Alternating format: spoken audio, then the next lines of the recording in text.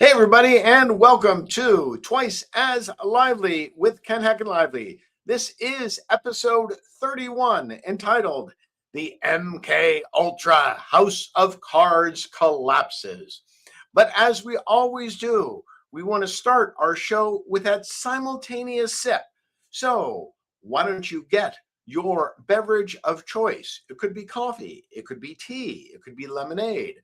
Hopefully, it's not a soda because we know how harmful sodas can be. And hopefully, it's not a diet soda because diet sodas are probably even worse than regular sodas. But if you choose to make that decision, that is your right. Hopefully, though, you don't have alcohol in it because it is still rather early in the day and drinking usually should happen after 5. But even if you engage in beverages which are not ideal for you, hopefully you enjoy coffee because I think coffee is the best of all the beverages. So let's begin with that simultaneous sip. Get your beverage of choice, even if it's not something I would approve of. So here we go. That simultaneous sip. Feel that caffeine. Yes, yes, this is a very caffeinated Ken Heckenlively. I believe in being highly caffeinated, highly energizing, because if you're sitting at home watching this, you're probably somewhat low energy. But you tune in to this guy named Heckenlively because you want to be more lively. And that's exactly what I do with my program. Mm. All right, let's bring you in to the life of a writer. So, what I generally do is I work for several months or sometimes a period of a year or so to get a book ready for publication. The book I have been working on most recently is this book, Book of Secrets. Congress tries to find the truth about the deep state. Let me make sure I can get it so you can see it well and you don't get that glare on it. All right. So I had turned in my copy of this book about a week ago, and I was thinking, that's great. Okay, we need to get into the editing process. And then what did Congress have to do? Congress had to have a hearing, which I needed to cover. So you may know that there is this thing called MKUltra, which was a CIA mind control program. And last month, Congress was supposed to be having a hearing on it to get out details about it, but it was canceled for reasons which still remains mysterious. However, on June 30th, they had that hearing. And I just have to say, it was a blockbuster hearing, which is why you probably won't read much about it in the news. They had two witnesses who I think are exceptional and for whom I have the greatest of respect. Professor Stephen Kinzer, who wrote the book called Poisoner in Chief about Sidney Gottlieb, who was the CIA's drug expert.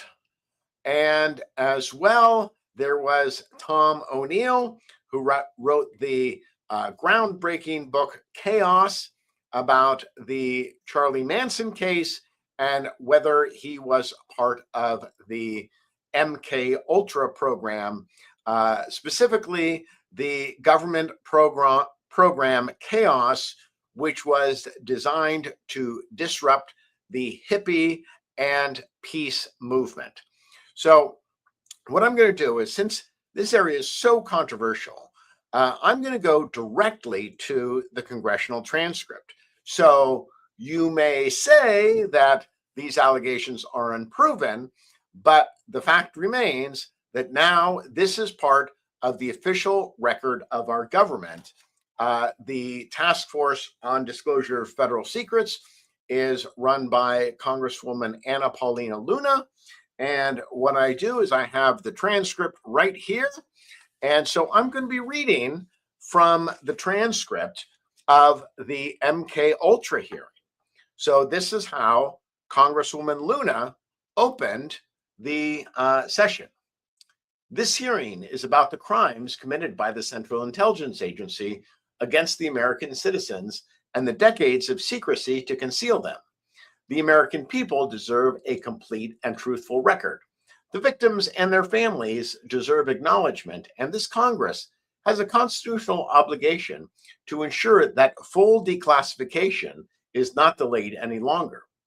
Project MKUltra was not a policy failure or an overzealous program that got out of hand.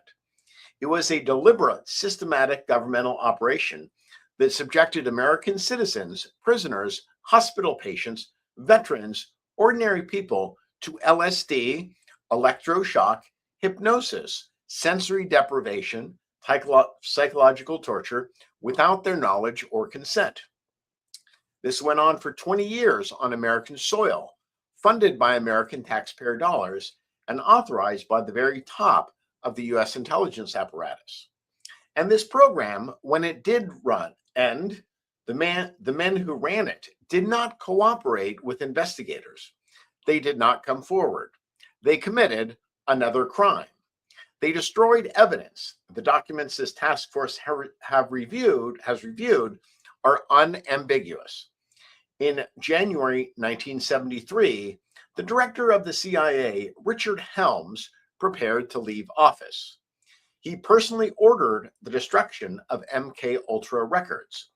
The CIA official document in writing states, quote, "Over my stated objectives, the MKUltra files were destroyed by the order of DCI Mr. Helms shortly before his departure from office."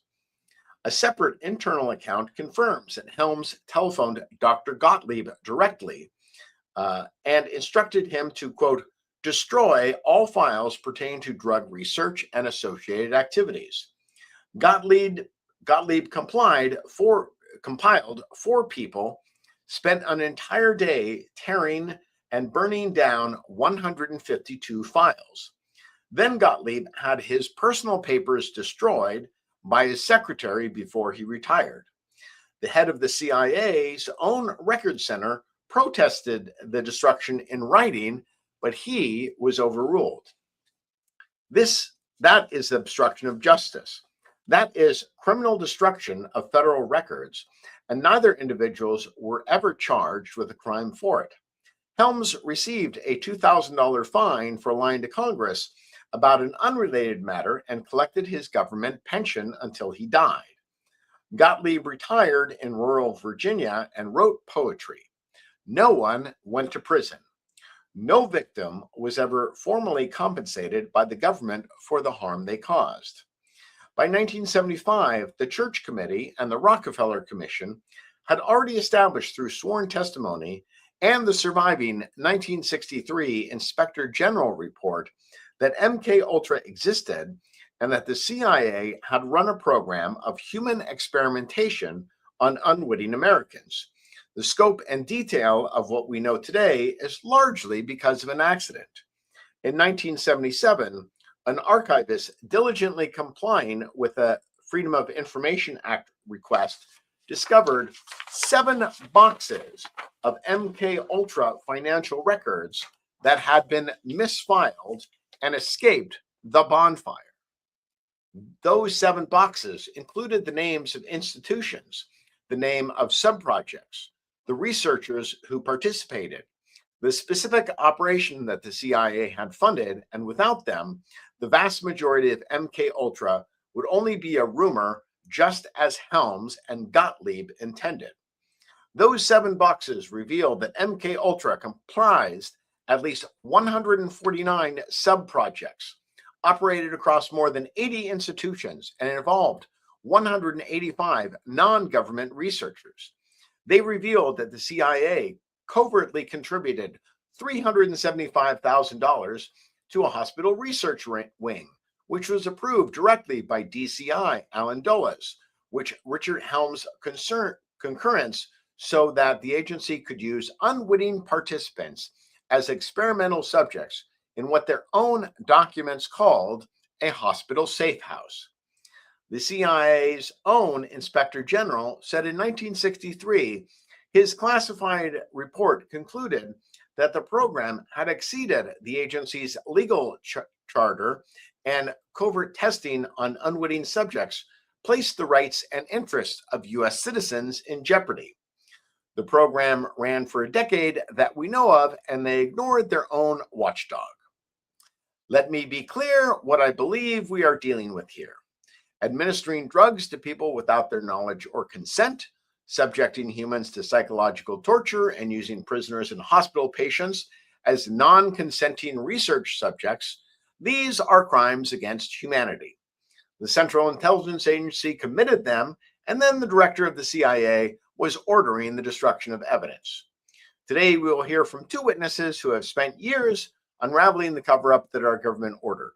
Stephen Kinzer documented the life and crimes of Sidney Gottlieb in his book, Poisoner in Chief, and Tom O'Neill spent over 20 years investigating what the CIA buried and what they obscured that, in my mind, constitutes some of the most notorious crimes against humanity in the 20th century.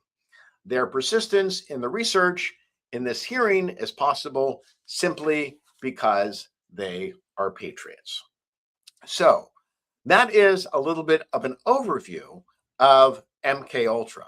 But as I have found in conversations with some of my very well-informed friends, it seems that to them, they have little idea what MKUltra was and why people continue to be interested in the story.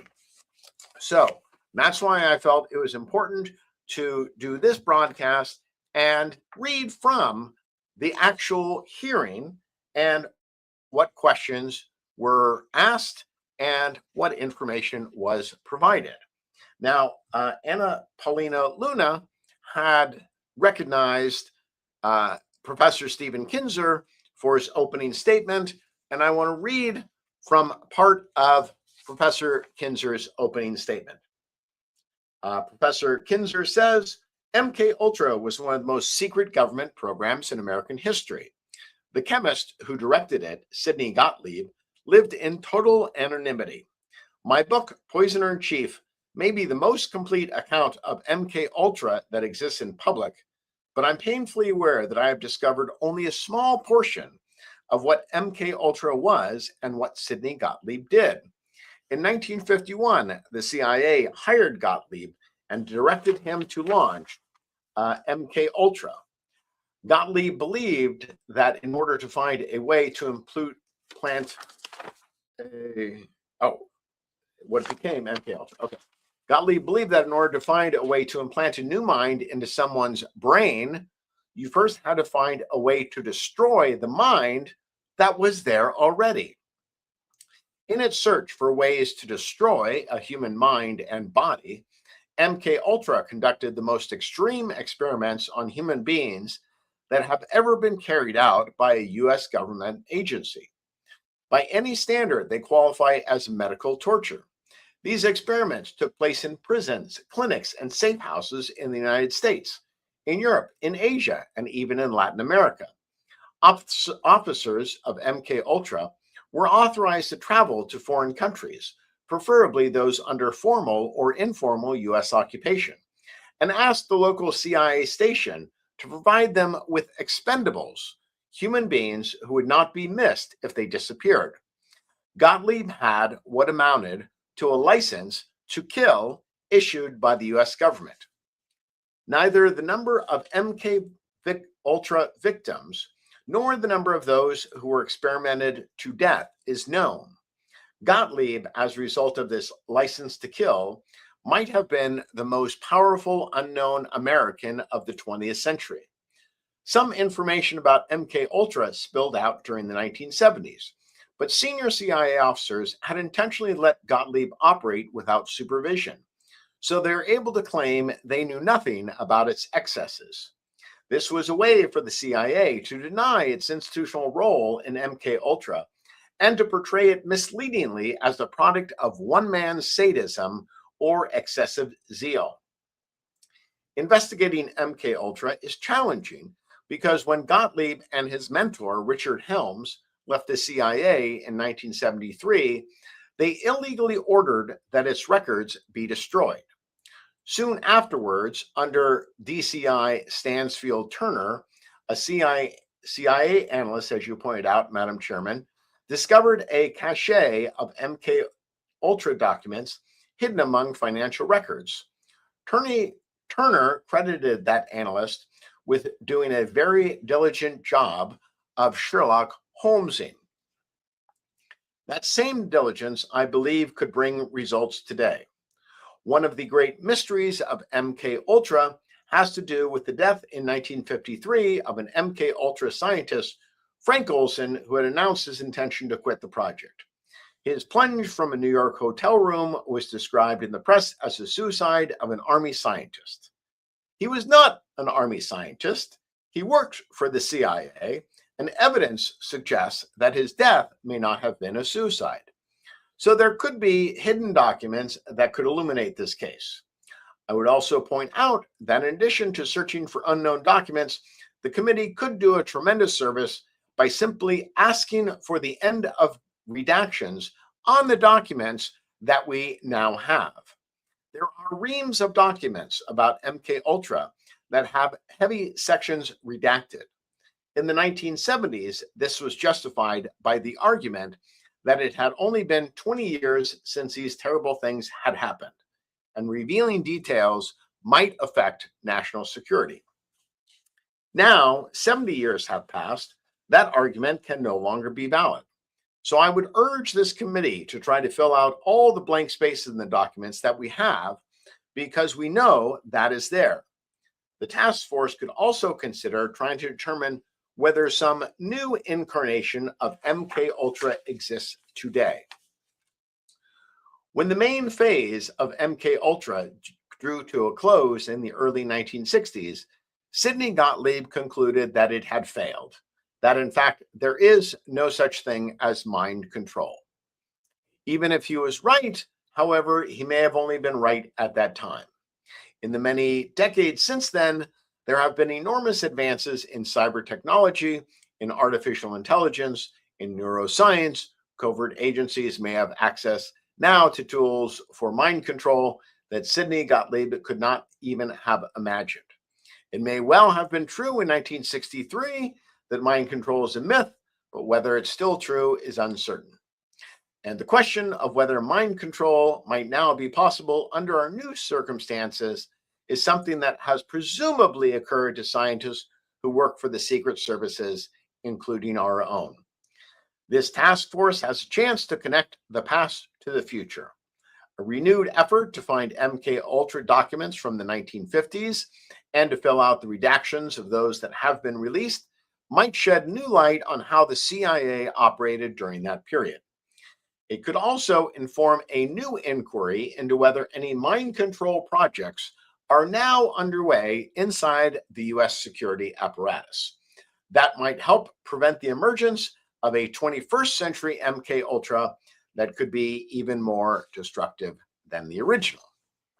Okay, so you've got a brief outline of MKUltra and why people think that is so important that we talk about it. So it has been my experience that many people who are in my space looking at the misdeeds of government are very familiar with MKUltra and its importance. They're also very familiar with the work of Dr. Stephen Kinzer on Sidney Gottlieb. They're also very familiar with the work of Tom O'Neill on the Charlie Manson case and whether he was connected not only to MKUltra, but to another government program called Chaos. I believe, I know that Tom O'Neill has appeared in a very popular podcast with Joe Rogan. I'm not sure that Dr. Kinzer or Professor Kinzer has done as well, but that is definitely a book that you should look at. So I want to go next to the opening statement of Tom O'Neill, because I think it's very interesting what he has to say about the Charlie Manson case, the Manson family, and how this band of murderous hippies may have actually been formed. Okay, this is Tom O'Neill's opening statement. Almost 50 years ago, the last congressional hearings into MKUltra took place just a short walk from here in the Dirksen Senate Office Building. At those hearings, convened in August and September of 1977, representatives of the CIA told Congress and the American people that its 25-year effort to control human behavior had been a colossal failure. Because I believe Congress was never told the truth about what this program actually achieved. In fact, I believe the agency misled Congress in 1977 when it characterized MKUltra as a failure. My name is Tom O'Neill, and in 1999, I accepted a magazine assignment to write a story about the murders committed by a group of hippies called the Manson family. For those unfamiliar with this horrific episode of American history, in the summer of 1969, 4 young people, acting on the orders of a cult leader named Charles Manson, went to the home of movie director Roman Polanski and murdered everyone they found there, including his 8.5-month pregnant wife, the actress Sharon Tate. The victims were complete strangers to their killers. The following night, Manson's followers murdered another couple in the same grisly fashion. At the time I accepted the assignment, I'd never heard of MKUltra, and I wouldn't for another 2 years. After I'd missed countless deadlines, lost the assignment, and fallen down a nightmarish rabbit hole trying to answer the question I couldn't quite shake. How had Manson, a barely literate ex-con, acquired the ability to persuade ordinary young people to murder complete strangers simply because he had told them to? The pursuit of the answer to that question led me to Dr. Louis Jolyon West, known to his friends as Jolly. West was one of the most influential psychiatrists in America. During his career, he crossed paths with some of the most controversial events of the 20th century, including the Patty Hearst kidnapping case and the aftermath of the John F. Kennedy investigation. In 1977, West was one of 7 academic researchers named in a front-page New York Times story alleging that the CIA had used American universities, hospitals, and prisons as secret laboratories for experiments involving LSD and other drugs on unwitting human subjects. West vigorously denied the allegations. He acknowledged that the agency had approached him, but insisted he had refused because he said LSD was too dangerous and unpredictable to be used on humans. He added that he limited all of his research with LSD to animals. The revelations in the Times led directly to the congressional hearings held later that year. West's denials, however, were effective. He was never investigated, and his name never came up at the hearings. I'll spare you the long and tedious story of how my Manson reporting led me to West, except to say that I eventually learned that in 1967, when Manson transformed into the cult leader we are familiar with today, he and his followers were receiving free medical care at a clinic in San Francisco, Haight-Ashbury Free Clinic, where West had established a base of operations for a research project he was conducting nearby. After becoming intrigued by the allegations against West, I learned that UCLA, his last academic home, had inherited his papers following his death in 1999. Nearly 2 months and more than 200 boxes later, I found the proverbial needle in a haystack. Correspondence between West and Dr. Sidney Gottlieb, the architect of MKUltra. The letters began in 1953, just 2 months after CIA Director Allen Dulles authorized the program, and while West was stationed at the Lackland Air Force Base in San Antonio, Texas, where he was chief psychiatrist at the base hospital. In his first letter to Gottlieb, West proposed conducting experiments on unwitting human subjects, including military personnel, prisoners, and psychiatric patients at the base hospital. He then outlined the experiments themselves in 6 more pages that could have been written by Dr. Joseph Mengele. Using LSD and in combination with hypnosis, West induced confusion, amnesia, and specific mental disorders in people who would remember nothing of their interaction with him afterward. He sought to develop techniques to extract true information and implant false information in unwilling subjects and to alter the attitudes and beliefs of, quote, previously loyal individuals, end quote. In other words, to completely switch their allegiance from one group to another. But it was another sentence at the end of that letter that stopped me cold. These experiments, he wrote, must eventually be put to test in practical trials in the field, end quote.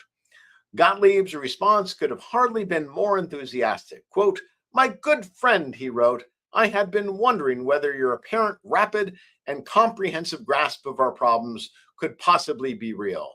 You have indeed developed an admirably accurate picture of exactly what we are after, end quote. West replied that there was no more vital undertaking conceivable in these times. There was another document in West papers that had even more significant implications. It was a 14-page report that West wrote in 1956, just 3 years after he contracted with the CIA. In the report, West described administering LSD and other drugs in conjunction with hypnosis on unwitting human subjects. And then he made a remarkable claim. He announced that he had learned how to replace true memories with false memories in people without their knowledge. Quote, in other words, he clarified, it has been found to be feasible to take the memory of a definite event in the life of an individual and through hypnotic suggestion, bring about the subsequent conscious recall to the effect that this event never actually took place, but that a different fictional event actually did occur, end quote. If West's report was accurate, this was not the failure agency's officials described in 1977. Quite the opposite. It was, in fact, the central ambition of the MKUltra operations, the means of gaining the ability to seize the control of a person's perceptions, memories, and ultimately their behavior. But there's still one more discovery, and this time I found it in the National Security Archives at George Washington University, the official repository of the CIA's MKUltra records, which were released to Congress after the 1977 hearings.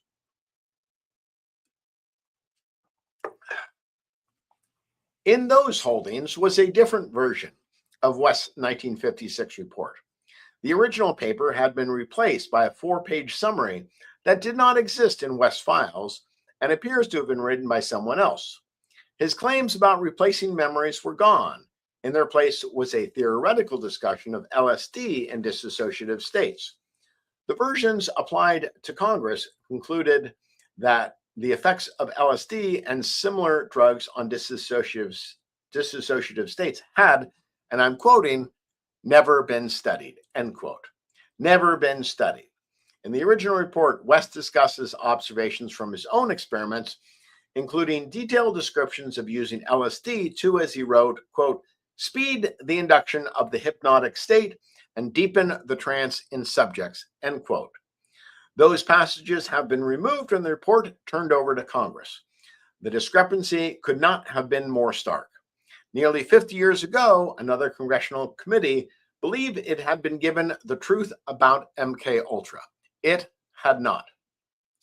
In conclusion, I respectfully submit that these records, some newly available and others that remained outside the government's disclosure for decades, warrant a thorough re-examination of what the program accomplished, what Congress was told, and what may still remain hidden.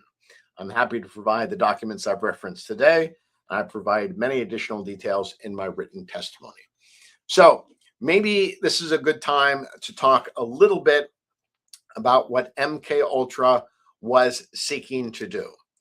MKUltra was designed to create the perfect assassin, somebody who would kill a political leader or a person who the American government decided needed to be killed, but there would be no link to the American government.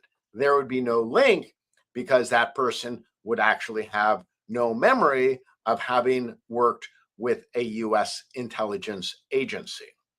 So the idea on how to do that, first using hypnosis, then adding in LSD. And the idea was, how can we break apart a person and reassemble them? That was the goal of MKUltra. And the question is, how successful was that effort? So when the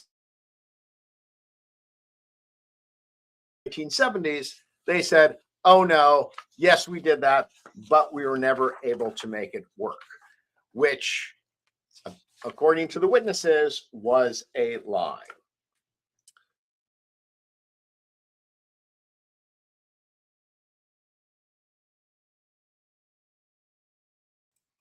Okay, so I'm back. I'm sorry, I just accidentally pushed something on it.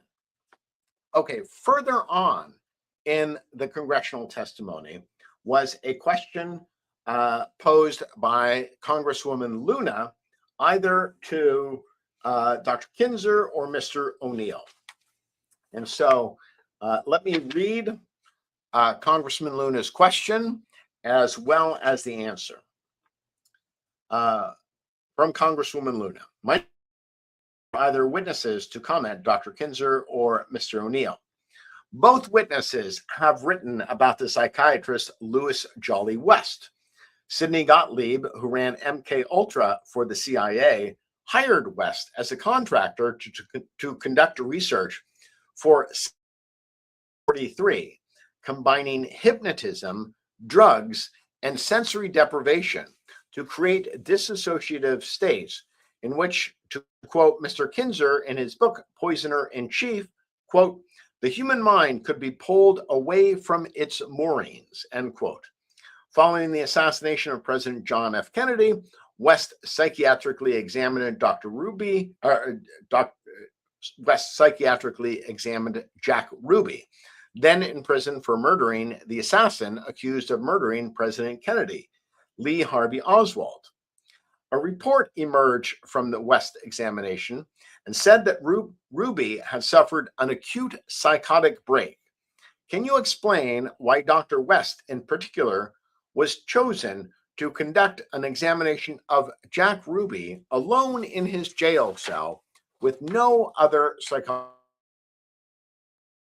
Was taken by investigative journalist Tom O'Neill. And he said, I'd be happy to. West inserted himself in the case. The day after the shooting, West approached the judge in the preliminary hearings and asked to be assigned to the case. He was refused by the judge. After Ruby was convicted at his first trial, an associate of Dr. West, Dr. Hubert Winston Smith, who was a psychiatrist and an attorney, took over Ruby's defense for his appeal, and he had already discussed appointing West to the case. And as you said, West examined Ruby alone at the jail cell and emerged to announce it in the preceding 48 hours. He had an acute psychotic break from which he would never recover. So what that means is the assassin who killed the assassin of President John F. Kennedy could never testify because he had gone nuts. Going back to the testimony, he had been declared competent to stand trial the first time by a panel of, I think, 8 psychiatrists. The psychotic break lasted until his death in 1967. 2 months after West examined him, Ruby testified for the first time and only time to the Warren Commission. And it was the first time he ever publicly was supposed to say what his reasons were for shooting Oswald. The testimony had to be halted because he was babbling incoherently, and as Arlen Specter, who is the counsel to the commission, wrote in his memoirs, he pulled him aside and said they were cutting off the arms and legs of children in Albuquerque and El Paso. And he said he was making no sense whatsoever. West, in his letters to Gottlieb from 1953, discussed experiments where he would induce specific mental disorders in people without their awareness. A year before the Kennedy assassination, he publicly spoke in Oklahoma City and talked about his LSD experiments, inducing psychotic breaks and psychosis in people with the use of LSD. So, why is it that this MKUltra psychiatrist was examining one of the most important people in the Kennedy assassination? Were there no other psychiatrists without CIA ties who might have been consulted? Okay, moving on to some of the other greatest hits of the MKUltra investigation. So many people know about the operation called, and I'm not making this up, Operation Midnight Climax, which actually took place in California, San Francisco, to be specific. And the program, yes, I know this sounds like it's totally made up, like this is a thriller, but this is real. Operation Midnight Climax was a program by the CIA where they opened a bordello in San Francisco. They staffed it with prostitutes. Their preferred clients were defense contractors who had secret military information. And what they would do is they would have these military contractors go to this bordello where the prostitutes would give them LSD, and the prostitutes would see if these military contractors would reveal their secrets. So this is a question from Congressman Eric Burleson. My next question has to do with once the program began. I think one of the most shocking things that we've determined is the Operation Midnight Climax that occurred in the early 1950s and 60s when the CIA had safe houses. And there was, I'll say, Dr.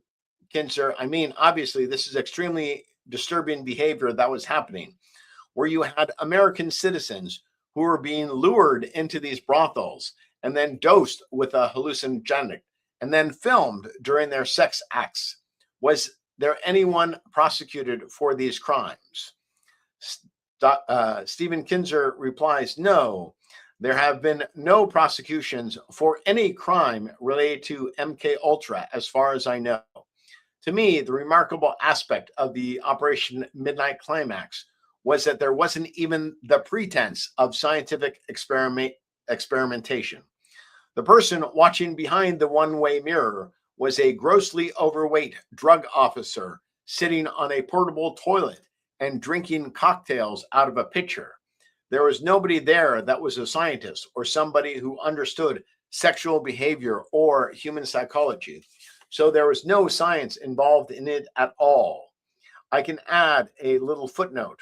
When I was researching Poisoner in Chief, I came across a document in which one of the officers involved in setting up that program, Operation Midnight Climax, said that Sidney Gottlieb himself used to fly from Washington out to inspect the program regularly and always asked that women be provided for him. Congressman Burleson said, that was my next question. Dr. Kinzer replied, made me wonder. Congressman Burleson said, do you think the agents were involved in the sexual encounters? Dr. Kinzer said, and could that have actually been the reason why the bordello was opened? There was no prospect of any serious scientific result out of that project, given the personnel who were overseeing it. So those CIA officers, particularly Gottlieb, involved in overseeing Operation Midnight Climax, certainly were able to take advantage of what was offered. So that is one of the programs that MKUltra did. Okay, let's look at some of the other interesting parts of that testimony. Okay, that gets us through a lot. Okay.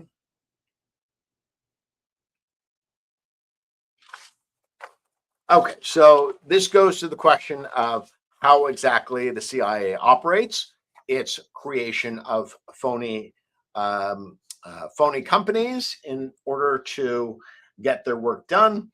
So Congresswoman Lorena Barbert asked, her question was, MK Ultra ultimately encompassed at least 149 sub-projects involving more than 80 institutions, universities, hospitals, prisons, pharmaceutical companies, often funded through cutout foundations to conceal CIA sponsorship. Can you detail how these funding and operational security mechanisms worked in practice? And then just another subset, if I don't get back to asking a question. Did the CIA or government or any of these entities ever say that what they were doing with MK Ultra and mind control were productive or for the betterment of humanity? Did they ever make those claims? Thank you. Dr. Kinzer said, as for your second question, I'm not aware, other than in private communications, that the CIA ever claimed that it had made great advances under MK Ultra, because it largely denied that MK Ultra ever existed.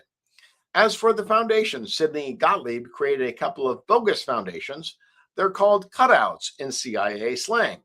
And those are foundations that appear to be independent, but actually are fully funded and controlled by the CIA. It was those foundations that approached hospitals and clinics and asked them to become involved in research, particularly into LSD. So many of these institutions where these experiments took place did not even realize those foundations were actually covers for the CIA. So when liberals are generally asking of conservatives, why are you so interested in organizations like the United States Agency for International Development? The reason is that conservatives are concerned that these are not legitimate foundations. They are, in other words, cutouts for the CIA. Okay, so as the hearing went on, there was testimony about people dying in the course of these experiments.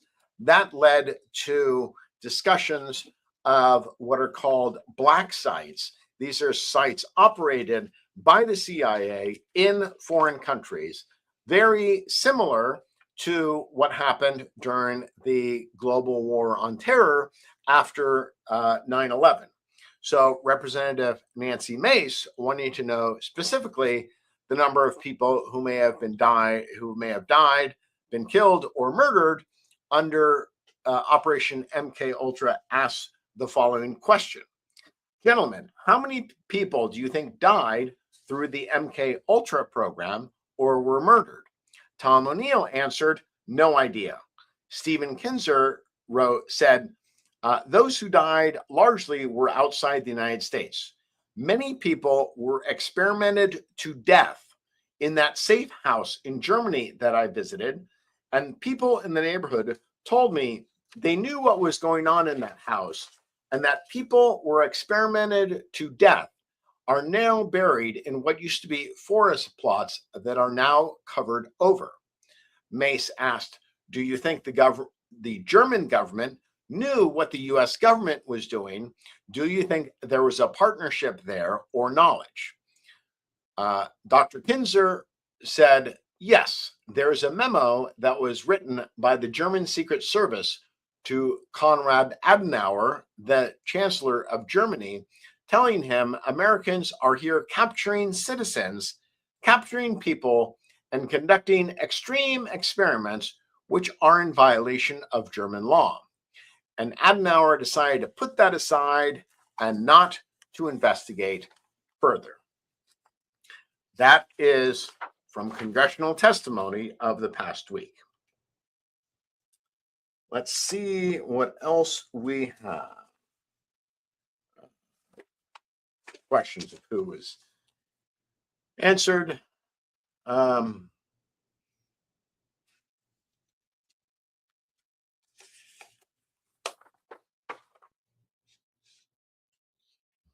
Okay, Congressman Scott Perry asked the question, What were the ages, if you know, of the people that were experimented on? Were there children? Were they middle aged?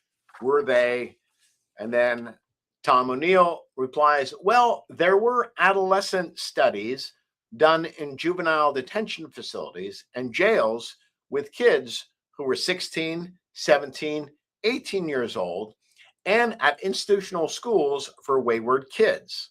The National Training School for Boys here in Washington, D.C. had them. So it ranged from, I think, adolescent, pre adolescent, through any age.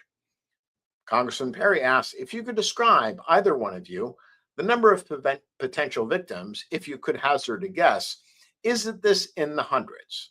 Tom O'Neill replied, there were 149 programs that we know of that were subcontracted.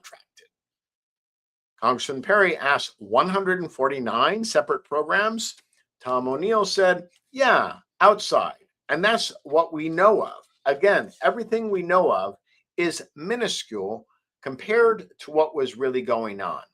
So, I mean, that could have been into the tens of thousands. And I believe that's another reason that nothing was pursued.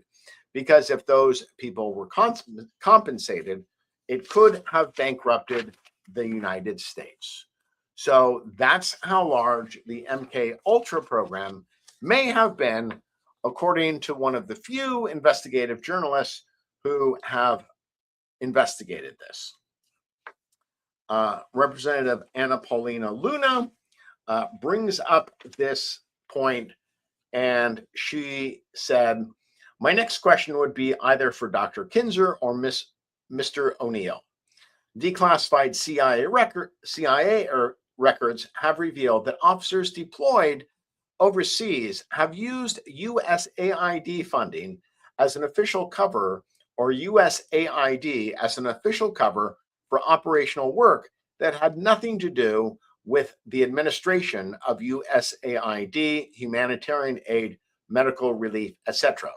In some cases, CIA officers operated under USAID cover and engaged in lethal activity in places such as Vietnam, running assassination missions during the war and country from 1965 to 1975.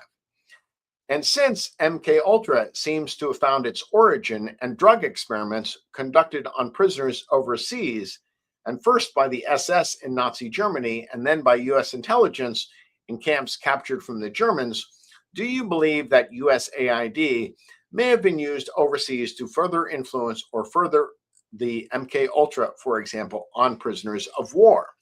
Since part of USAID's mission was to administer drugs to the poor and needy populations, would the organization have abused its mandate by poisoning foreign populations or creating dissociative states for interrogation or torture? Stephen Kinzer wrote back, I can't speak directly to USAID, but it's certainly true during this period after the Second World War, the United States was using publicly announced and official US government agencies to carry out covert actions.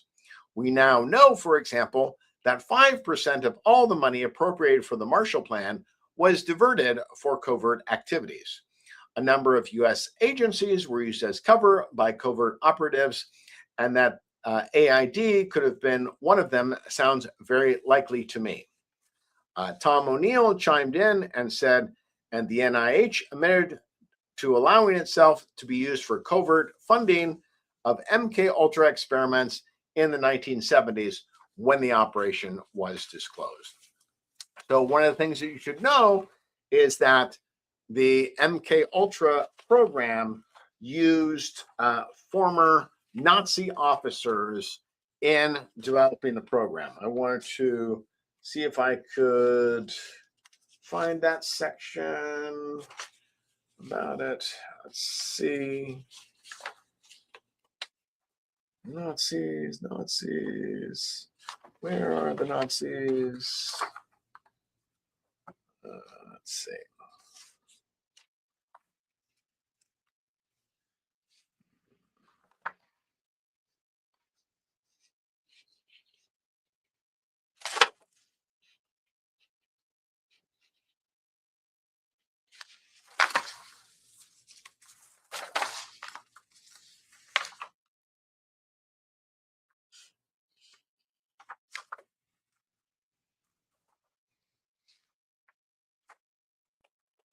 Okay, ramping this up. We're going to wrap it up with the questions of Congressman Tim Burchett.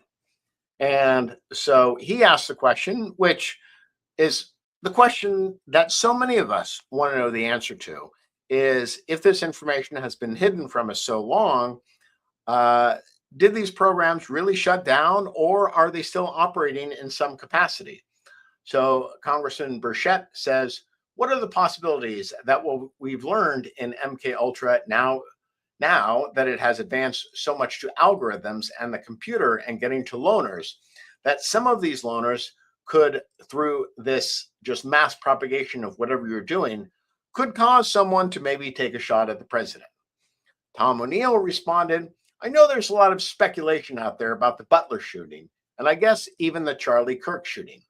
I just hate to speculate because I don't know.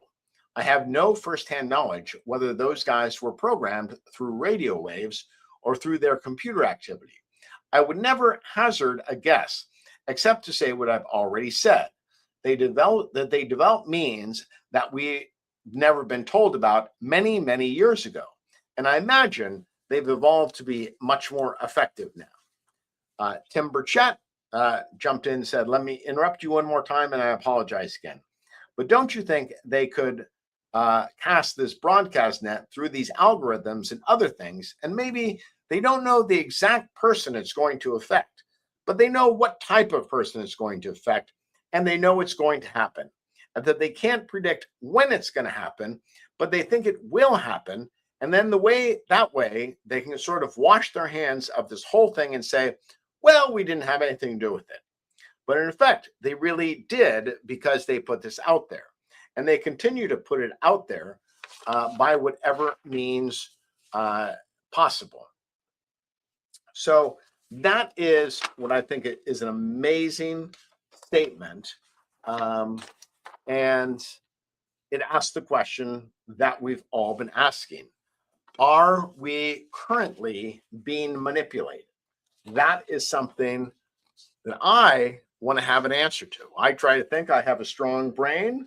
I'm not going to hate people that my media sources are trying to get me to hate, but I will ask what is being done to us. So let me just see if I can find that information about them using former Nazis in this program. I remember I saw it. Let's see.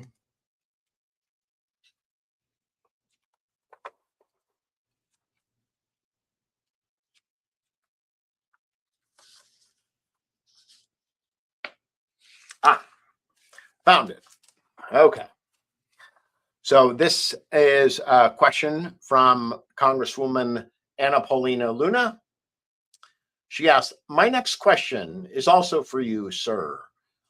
Speaking to Dr. Stephen Kinzer. Operation Paperclip brought over 1,600 German scientists in the United States after World War II, including individuals who had conducted human experimentation in concentration camps. The CIA and military were aware of their backgrounds and recruited them anyways. In your research, did you find direct documentation between Paperclip scientists and the development of MKUltra's experimental protocols, specifically the use of hypnosis and sensory deprivation, which were also techniques documented at Dachau? Stephen Kinzer replied, absolutely. Kurt Blome, B-L-O-M-E, who was the chief of biological weapons development for the Nazi government, came to work for the CIA. So did Walter Schreiber, who was the Surgeon General of the Nazi Army. I can tell just a brief story. When I was researching my book, I found what I think might be the first CIA prison or black site. It's a nice chalet in Germany, and the guy who now owns it took me into the basement. He said these were the cells where the MKUltra officers, working side by side with Nazis, carried out those gruesome experiments, which were actually just continuations of the experiments that those Nazis had been conducting just a few years earlier. So, there you have it.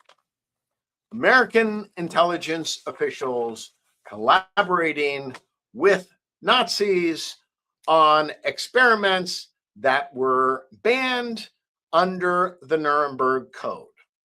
So, the work of the task force on the declassification of federal secrets has, I believe, been the most thorough investigation since the investigations of the 1970s, the Church Committee, the Rockefeller, and the House Select Committee on Assassinations.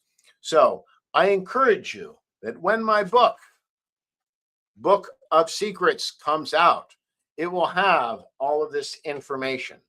But don't just go to my sources, go to your own sources.